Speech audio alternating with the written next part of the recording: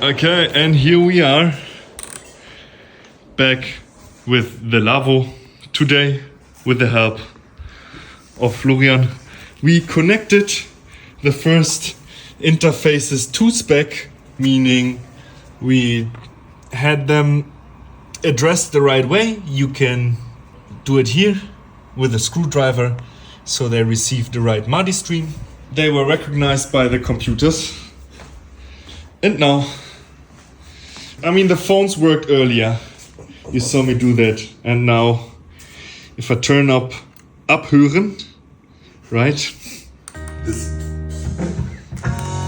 Here we are. Greetings to Jochen, great band. I use their recordings from time to time for my videos. And here we are, mono.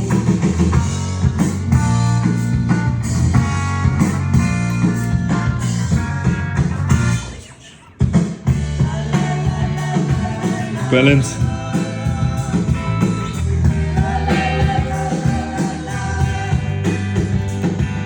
Cut left, cut right, cut all, dim. Amazing.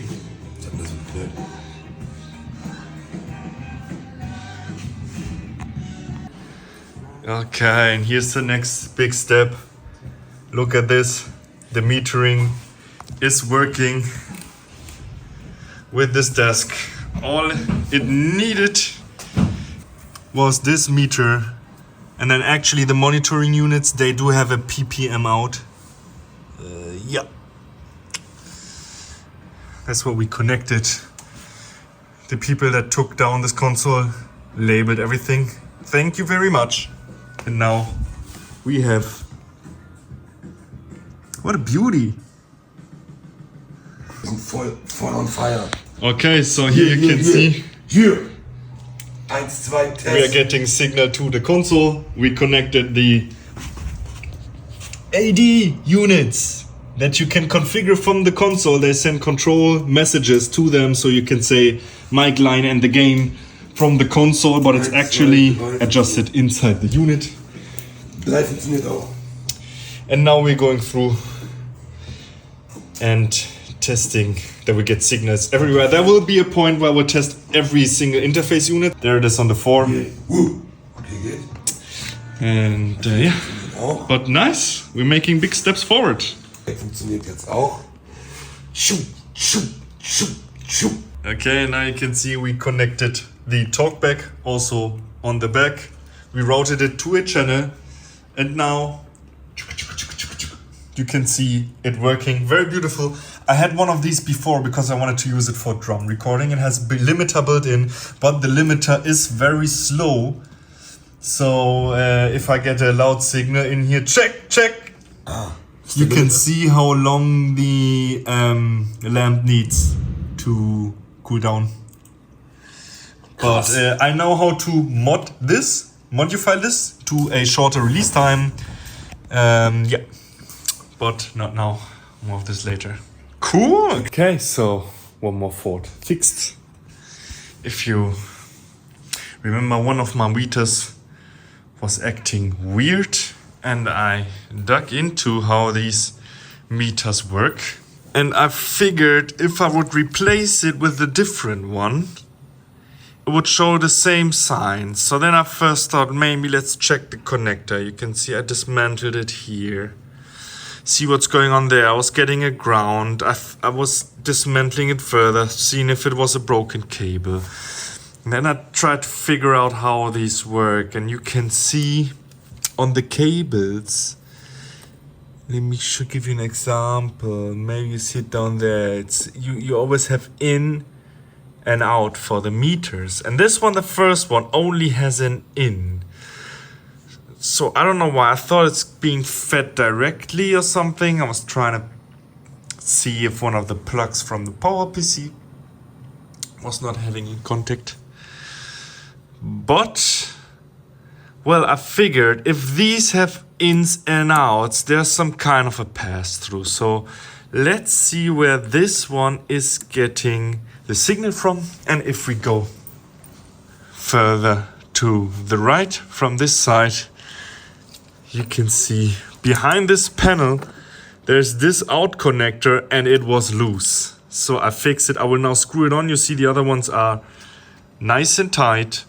This one, not yet. I will screw it on. And yeah, that is another fault fixed. Awesome for me, as I mean, just look at it. Imagine finding a fault here. But it feels good to get something fixed.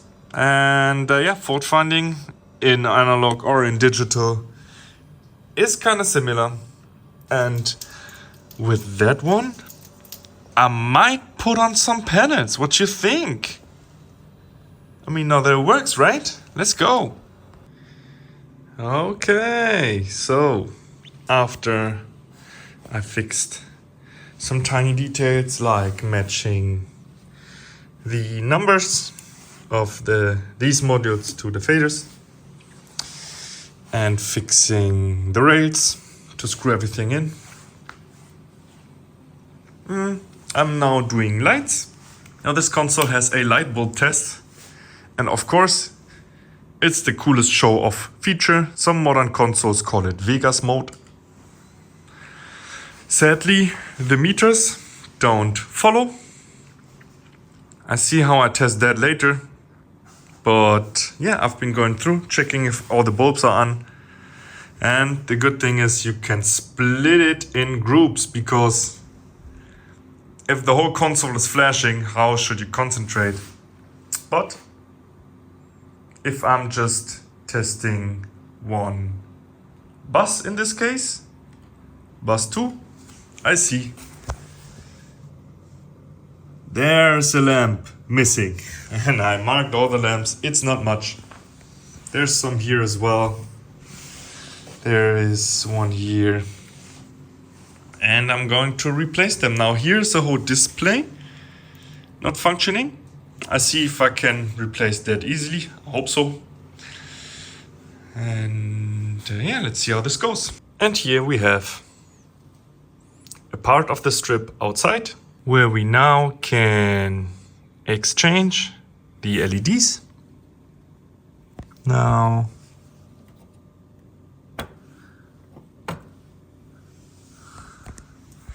let's see if I can undo them. Maybe I can exchange the whole strip from a spare.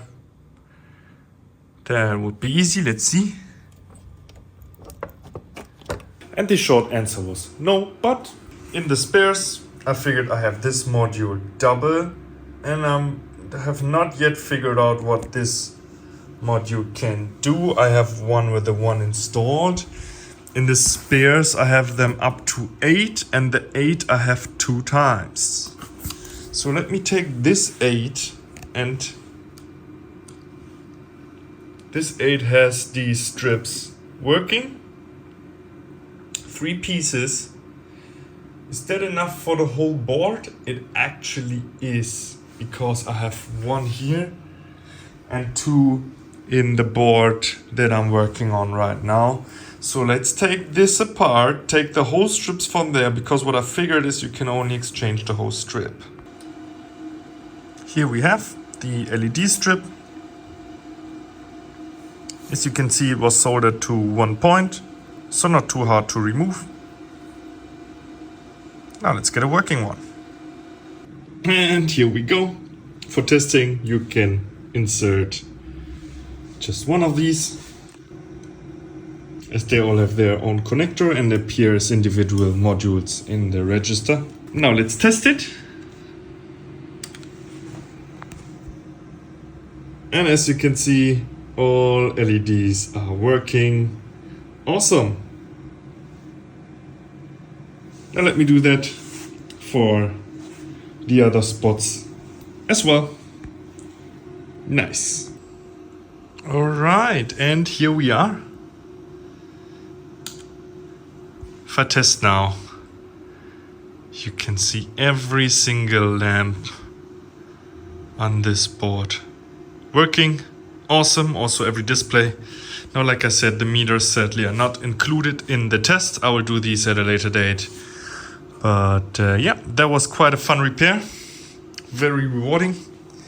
I had one module where I could take parts from, which is nice. I have the modules I took out here. And yeah, now everything works, everything lights up. Beautiful stuff.